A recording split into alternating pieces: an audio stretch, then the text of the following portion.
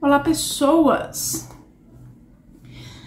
Faz um ano que eu gravei o meu primeiro vídeo pra internet, que foi sobre o Setembro Amarelo. Nem tá aqui no YouTube, tá lá no Instagram, que é @js.josiqueira. Vou deixar aqui na descrição. Se você me segue aqui e não segue lá no Instagram, pode ir lá seguir também.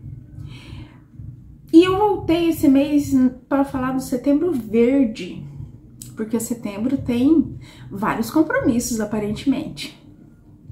A gente vai falar de Setembro Amarelo também, mas hoje é dia de Setembro Verde, porque eu descobri que, como eu disse, o setembro tem vários compromissos, e o Setembro Verde tem 3 campanhas de conscientização. Campanhas? O que é campanhas? Campanhas de conscientização, que é a da prevenção do câncer ao intestino, meu nariz está coçando. A de inclusão social da pessoa com deficiência e a campanha nacional de doação de órgãos e tecidos para transplantes.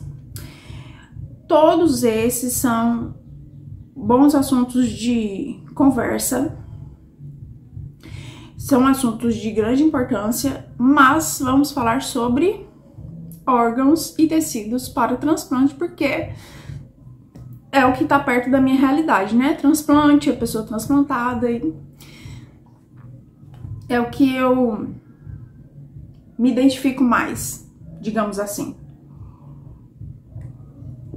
E nesse cenário de pandemia,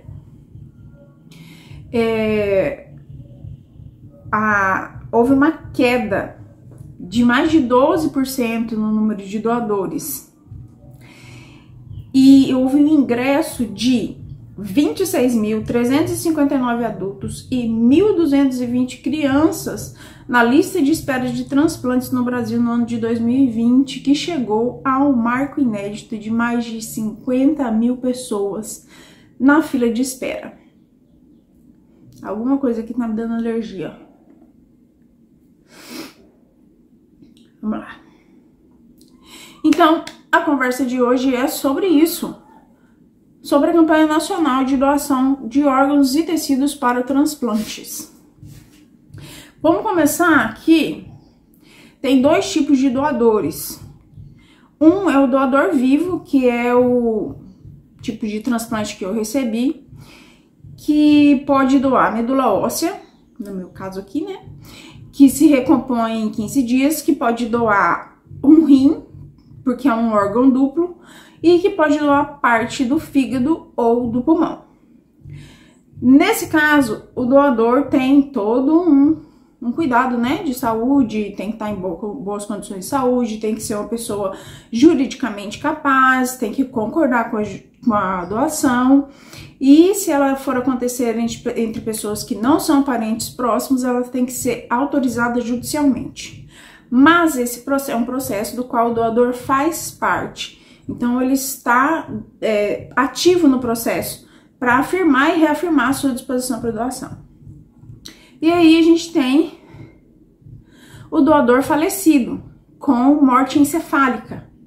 E nesse caso, a decisão cabe aos familiares próximos, e isso independe da vontade da pessoa que faleceu.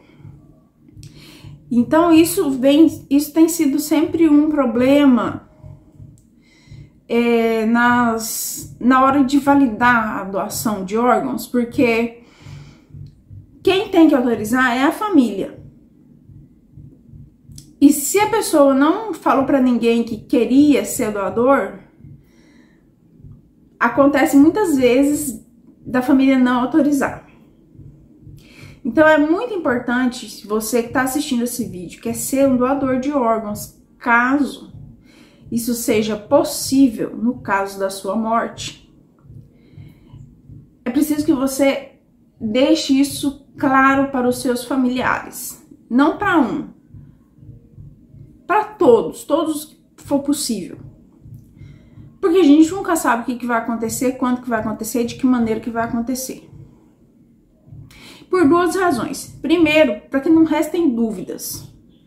Se for do conhecimento de todos, que a sua vontade é ser um doador de órgãos, essa vontade vai ser cumprida. Geralmente, na maior parte dos casos, a vontade é cumprida. E segundo, que na hora do luto, nada faz muito sentido. No momento que o seu familiar está recebendo a notícia de que você morreu, não tem um espaço para pensamentos racionais. Poucas pessoas conseguem manter um pensamento, vai pensar assim, ah não, claro, morreu, vamos doar os órgãos, porque né, vamos fazer alguma coisa boa. Não, cara, não é assim que funciona. A pessoa tá lá toda desgraçada, sofrendo, aí vem os médicos que têm a missão espinhosa de contar que a pessoa morreu e de pedir permissão para fazer o processo de doação de órgãos e explicar o processo para a pessoa, e ela tem que decidir naquele momento se ela vai dispor do corpo da pessoa. É muita coisa emocional acontecendo para uma decisão racional ser tomada. E é aqui que a gente volta lá no primeiro motivo de não ter dúvidas. Se a pessoa não tem dúvidas de que essa era a sua vontade, é muito mais fácil para ela, independente de todo esse turbilhão emocional, falar que sim, você era um doador de órgãos, você queria ser um doador de órgãos e que sim, os órgãos podem ser doados.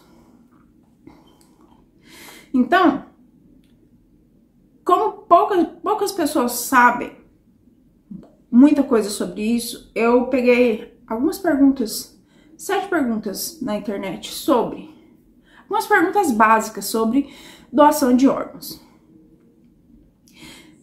Quais são os órgãos e tecidos que podem ser doados? Potencialmente, um único doador falecido pode fornecer 2 rins, um fígado, um coração ou as válvulas cardíacas, um pâncreas, 2 pulmões, intestino, 2 córneas, 10 órgãos. 10 órgãos. Além disso, ossos, medula e pele. Mas são 10 órgãos, são 10 pessoas que podem receber doação de um único doador falecido. Porque, por exemplo, são 2 olhos, mas eles não vão para uma mesma pessoa. Porque uma pessoa pode enxergar, uma pessoa que não enxerga, tem uma deficiência visual, ela pode voltar a enxergar com um olho. Então, cada um vai para uma pessoa. A mesma coisa com os 2 pulmões. Eu não sei, em alguns casos em que há necessidade que os 2 pulmões tal, mas geralmente os órgãos que são duplos, eles são divididos. Então, 10. São 10 pessoas. Quem pode ser doador de órgãos? Doador falecido, tá? Porque doador vivo, a pessoa precisa estar só em bom estado de saúde e concordar, a doação não pode causar dano a ela. O doador para fins de transplantes de órgãos pode ser qualquer pessoa, adulto ou criança, com diagnóstico definido de morte cerebral. O que é morte cerebral ou morte encefálica? É quando o cérebro tem perda total, completa e irreversível de todas as suas funções. Existem critérios definidos para isso pelo Conselho Federal de Medicina. Existem testes de confirmação de ausência de movimentos respiratórios e outros exames que confirmam a falta de fluxo fluxo sanguíneo nos tecidos cerebrais. E isso é atestado por mais de um médico também, não é assim. Com certeza, se alguém fala para você que tem morte cerebral, porque eles já testaram isso de várias formas. Existe um período de tempo que tem que fazer os testes e tal, tudo direitinho. No caso do falecimento de um familiar, o que acontece após eu autorizar a doação de órgãos? Após a autorização da doação, serão realizados alguns exames para confirmação da morte, novamente. Paralelamente, será realizada a coleta. Você viu que para pedir a doação de órgão, eu acho que não dá para pedir uma pessoa que está viva, né? Mas depois que você pede, ainda assim são feitos exames para a confirmação da morte. Paralelamente, serão coletados sangue para análise de presença de anticorpos para HIV, hepatite B, C, HT, LV, sífilis, eles vão fazer exames gerais, né, de doenças infecciosas e transmissíveis, exames gerais de saúde, fígado, rim, principalmente, que podem levar doenças. E aí, se tudo isso estiver em ordem, depois de realizadas as avaliações, o doador é encaminhado para a cirurgia de retirada de órgãos. Minha família terá custo se eu quiser doar os órgãos? Não há nenhum custo quanto à doação de órgãos e tecidos, como também não há nenhum ganho material. A legislação brasileira exige que a doação seja um ato altruísta familiar sem interferência econômica. Altruísta familiar, e é por isso que é necessário a autorização judicial para doação inter-vivos quando não são parentes. É possível saber para quem foi doado o órgão? Por questões éticas, não é possível que a família do doador saiba para quem o órgão foi doado. Tanto o paciente transplantado como o doador devem permanecer no anonimato. Se doar um órgão em vida, terei problemas de saúde no futuro? A ideia do transplante entre vivos, intervivos, com doação de órgão ou parte do órgão, pressupõe que o doador não tenha nenhum problema no futuro. As avaliações pré-operatórias, a avaliação clínica e a técnica cirúrgica são empregadas com este fim. No entanto, é preciso se ter em mente que todo procedimento cirúrgico tem risco de complicações graves, ainda que seja um risco pequeno. Obviamente, todas essas informações são dadas no período pré-doação. Antes da pessoa se decidir pela doação, ela tem conhecimento de todos os riscos que essa decisão acarreta. E uma última perguntinha aqui. Caso eu decida ser um doador, como minha família saberá sobre a possibilidade da doação após a minha morte? No momento oportuno, logo após a declaração do óbito, a sua família será informada quanto à possibilidade de realizar a doação dos seus órgãos ou tecidos. Caso concordem, os familiares serão convidados a assinar os documentos necessários para a doação. Aqui no Brasil, a retirada de órgãos só pode ser realizada após a autorização familiar. A vontade do doador declarada em vida precisa ser confirmada pela família. Caso, após a sua morte, a sua família recuse a doação, os seus órgãos não serão retirados para o transplante. Entretanto, em geral, quando a família tem conhecimento desse desejo, frequentemente autoriza a doação. Tem um site, tem uma Aliança Brasileira pela Doação de Órgãos e Tecidos, ADOTE, que você pode fazer um cadastro e um cartão de doador. O site é www.adote.org.br, eu vou deixar aqui na descrição desse vídeo. E você pode fazer a sua carteirinha, você pode ter mais informações sobre o processo, sobre doação e transplante de órgãos. E você pode carregar sua carteirinha com você, porque isso sempre ajuda. Informação sempre ajuda. Tô sentindo que eu tô meio perdida no vídeo.